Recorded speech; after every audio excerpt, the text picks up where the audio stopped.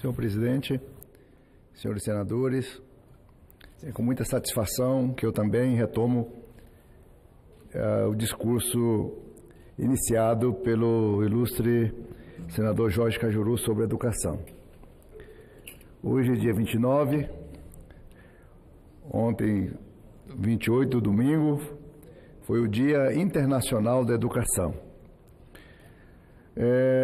Esse meu discurso de hoje, senhor presidente, eu ofereço ao povo brasileiro. Eu ofereço a todos os telespectadores da TV Senado. Eu ofereço a todos aqueles que não estão assistindo essa sessão. Eu ofereço a todas as cidades brasileiras, a todos os cantos da área urbana e rural deste país. O tema é educação. Esse brado meu hoje aqui, do Cajuru e de outros tantos, sobre educação não é um discurso comum, não é um discurso trivial, não é um discurso corriqueiro, sem sentido. Ele é um discurso de chamamento, de convocação, né, de penetração nos corações do povo brasileiro, de todas as lideranças nacionais, dos pais, dos avós, dos tios, do povo, enfim, dos prefeitos, dos vereadores, de todos os congressistas, para que realmente despertem em todos nós esse ponto da virada necessária ao Brasil. Esse dia é consagrado à educação. É um dia muito importante. Tem muitos feriados, tem dias santos, tem dias dos motivos locais, das emancipações dos municípios brasileiros, que também são feriados.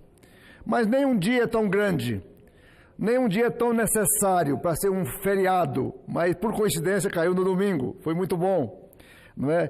Do que se comemorar a educação brasileira.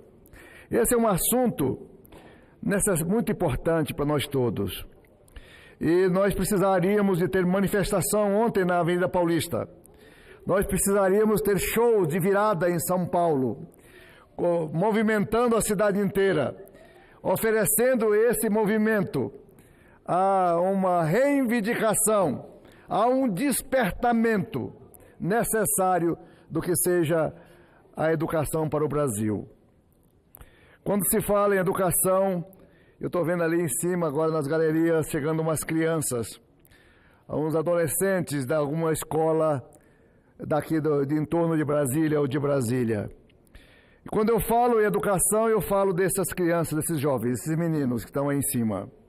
Eu falo de futuro. Eu falo de quem governará esse país, de quem será paz nesse país, de quem tocará o movimento econômico deste país, se nós não prepararmos essa juventude agora. Crianças como essas que estão aqui nas galerias do Senado nessa segunda-feira. E nós olhamos os artigos escritos pelos economistas, pelos administradores, pelos jornalistas de um modo geral. Eles usam duas palavras sempre. O Brasil precisa de mais produtividade e precisa de inovação. Sempre, você pode abrir hoje qualquer jornal, tem lá escrita a palavra produtividade, tem lá escrita a palavra inovação, necessárias ao nosso país. Mas eu pergunto, como é que nós vamos desenvolver mais trabalhadores qualificados, mais trabalhadores com maior produtividade do trabalho, a criatividade dos jovens estudantes, a inovação, que me parece tão difícil. Como é fácil falar a palavra inovação, e como é difícil operá-la na prática, no dia a dia. Né? Então, isso tudo vai surgir se nós dermos a virada da qualidade da educação. Colocarmos nas escolas para essas crianças os laboratórios de ciências. Colocar nas escolas para essas crianças os laboratórios da iniciação científica. Importante as feiras escolares, para que vai estimulando as crianças, as aulas de robótica nos laboratórios, para que os meninos consigam se entronizar nesse admirável mundo da ciência e da tecnologia. E a gente fica observando os países que cresceram e prosperaram. Nós vimos aí, por exemplo, a virada da Polônia. a virada de outros países já citados aqui pelo Cajuru, anteriormente a mim, e que cada avanço no PISA, que mede o Programa Internacional de Avaliação Escolar, cada avanço de 50 pontos, de 100 pontos, significa 2 pontos na riqueza nacional. Sem educação, não há riqueza. Nós temos visto aqui no Brasil, nós todos aqui somos testemunha do sucesso do agronegócio, do sucesso da soja, do milho, do algodão, do sucesso do boi, do leite para as exportações brasileiras. Isso não aconteceu por acaso. Esse crescimento exponencial do Brasil na produção de grãos. Isso deu certo porque a Embrapa trabalhou. A Embrapa e a pesquisa brasileira foram a fundo nos estudos científicos, na análise do solo, no combate às pragas, na irrigação do solo. E com isso aumentou substancialmente nesses últimos 50 anos a produtividade das lavouras brasileiras, inclusive no Cerrado Arenoso, no Cerrado de Brasília, de Tocantins, de Luiz Eduardo Magalhães ali na Bahia, e assim em outros estados como Mato Grosso, que é imbatível, Mato Grosso do Sul, o estado de Goiás. Isso tudo se deu por uma onda positiva de vontades. É o produtor rural querendo melhorar, é a Embrapa produzindo, é o Banco do Brasil financiando, enfim, os bancos próximos, uma onda de compartilhamento que fez com que o Brasil prosperasse e fosse admirável na produção de grãos no mundo inteiro.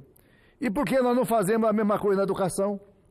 E por que essa onda não pode surgir na educação tal qual foi feito no agronegócio? E por que nós não podemos contagiar o país para formar um mundo de conhecimento admirável, como é o conhecimento da terra e do solo e da produção? Então está faltando esse ponto, está faltando essa onda, essa energia, essa virada, essa coisa boa, necessária e necessitada ao nosso país. Então, eu chamo isso de ponto da virada. Está demorando demais. Já passei muitas décadas. Nos anos 60 eu já fiz 18 anos, 20 anos, na década de 60. Veja bem quantos anos atrás. E eu fui assistindo, já tinha consciência do negócio. E fui observando o andamento da carruagem brasileira. E fui assistindo as décadas perdidas sucessivamente. Todo mundo prometendo, vamos melhorar, vai crescer, a economia vai melhorar.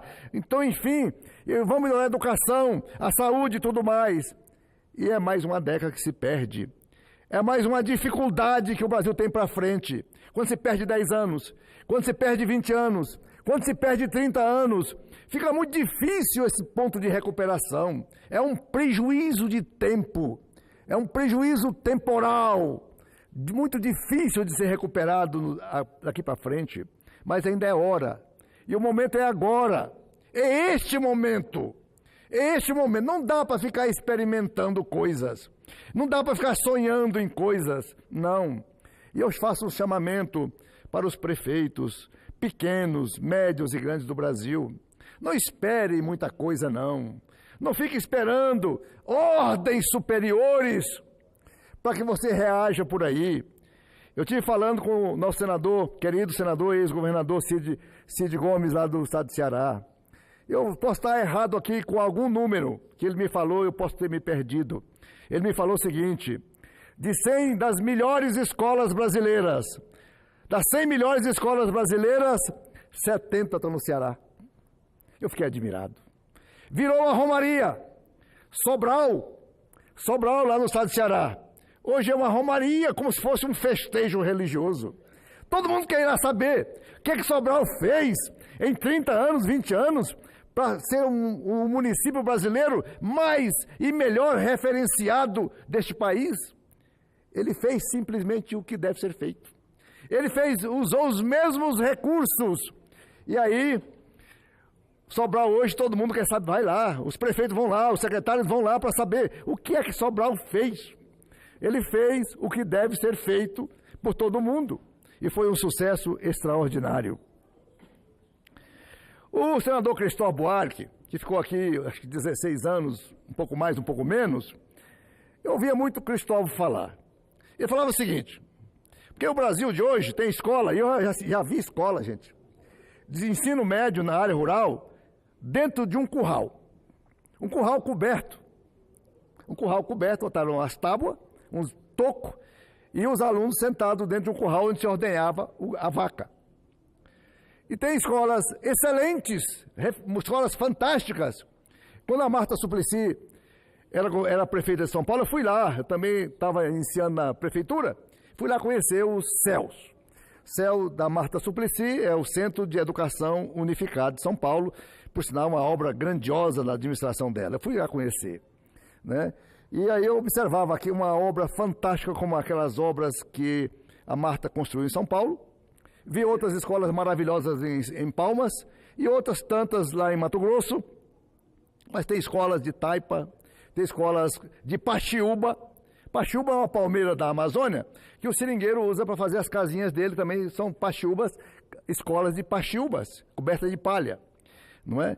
E Cristóvão falava aqui o seguinte, você vai ao Banco do Brasil, você vai numa agência do Banco do Brasil aqui na Câmara, está logo ali embaixo, ou vai na agência tal aqui em Brasília, ou vai em Ceilândia, ou vai em Taguatinga, ou vai no Gama, tem lá uma agência do Banco do Brasil. Ela tem a mesma letra, Banco do Brasil, tem o amarelo, tem a plaquinha com a cor da marca do Banco do Brasil, e se é grande, tem mais móveis, tem mais gente. Se é município pequenininho, tem uma agência pequenininha, mas tem a mesma cara, a mesma marca do Banco do Brasil. As escolas brasileiras deviam ter a mesma marca. Devia ser escolas de Brasília, a escola de Taguatinga, por exemplo, é uma escola grande, A escola de uma cidade pequenininha, uma escola menor, mas tem que ter a mesma cor, a mesma configuração, o mesmo mobiliário, o mesmo jeito da escola, e assim vai. Essa é a tese de Cristóvão Buarque, que ele defendeu inúmeras vezes em discursos aqui no plenário da Câmara. Muito bem. Mas para essa onda acontecer, essa onda da virada, esse movimento para a melhoria da educação, precisa ter realmente discurso. Precisa ter brado retumbante, precisa do pastor da igreja, qualquer que seja ela, falar em educação, precisa do padre na missa, precisa dos líderes comunitários, precisa de todo mundo no bate-papo, na rua, no dominó da praça, no aposentado, falar em educação. É preciso falar de educação. É preciso criar essa necessidade histórica da virada da educação. Então, eu quero aqui citar para Vossas Excelências entidades da sociedade civil que têm se empenhado bastante para a virada da educação brasileira. A Fundação Roberto Marinho, a Itaú Social, o Bradesco com suas escolas, os movimentos sociais como o MST, por exemplo. O MST tem os modelos escolares interessantes, inclusive um deles são as escolas agrícolas, as famílias agrícolas, as EFAs. São interessantes modelos de alternância educacional, assim, muito admitidas pelos movimentos sociais da terra. A Fundação Ayrton Senna, a Fundação Lehman, o Instituto de Corresponsabilidade Educacional de Pernambuco, a Universidade de Juiz de Fora, o Movimento Brasil Competitivo, o IMPA, que é o Instituto de Matemática Aplicada às Olimpíadas de Matemática, o Sistema S, SESI, Senai e Sebrae, as igrejas evangélicas, católicas e as suas variáveis têm dedicado muito à educação. Eu ressalto aqui, exalto a figura do município de Sobral, lá no estado do Ceará. Centenas de municípios pequeninhos, que eu não vou citar porque eu vou ser injusto, que varia do Rio Grande do Sul ao estado do Piauí, como fantásticos municípios exemplares, não é? Parabéns ao estado do Espírito Santo, que foi o que maior desempenho teve na educação nessa última virada de governadores, estado de Ceará, estado de Pernambuco, Rondônia fez sua parte também. O Instituto Península, do Grupo Pão de Açúcar, da família Diniz, tem ajudado também. E assim, tem muita gente que eu não citei aqui nesse momento, que tem trabalhado do seu modo, empresários também têm adotado, sido parceiros da educação brasileira. A educação é a base de todas as demais reformas. O senhor pode fazer, senhores senadores, a reforma da Previdência. Ela pode passar como está lá na Câmara. Ela ser aprovada, vai ser bom, né? Mas ela sozinha não vai resolver. Você pode fazer a reforma tributária, mudar os impostos, reduzir impostos, fazer tudo. Ela sozinha não dará resultado para o Brasil. Você pode fazer a reforma política, ela sozinha não vai ajudar. Você pode desburocratizar o Brasil, mas se você não melhorar a educação, ela não tem base. Nenhuma reforma tem base. Elas todas vão desmoronar. Elas vão afundar no lamaçal da ignorância. É necessário ter uma base de sustentação para as reformas, para o Brasil prosperar. E essa base de sustentação para o Brasil crescer, prosperar, em todo sentido, se chama educação. E o meu discurso hoje é uma homenagem aos professores, é uma homenagem aos gestores escolares, é uma homenagem ao povo brasileiro, é um chamamento, é uma provocação que eu faço ao povo brasileiro para sair, de certa forma, dessa indolência e falar o seguinte: a educação está boa, tem merenda, a educação está boa, tem transporte escolar, no meu tempo não tinha nada, agora tem, então está boa a educação. Não está boa. Não está boa. A gente precisa realmente que os fundamentos, que é ensinar a criança a ler, escrever, a entender. Isso, a alfabetização na idade certa. Essa é a minha homenagem verdadeira ao Dia Internacional da Educação. E muito obrigado.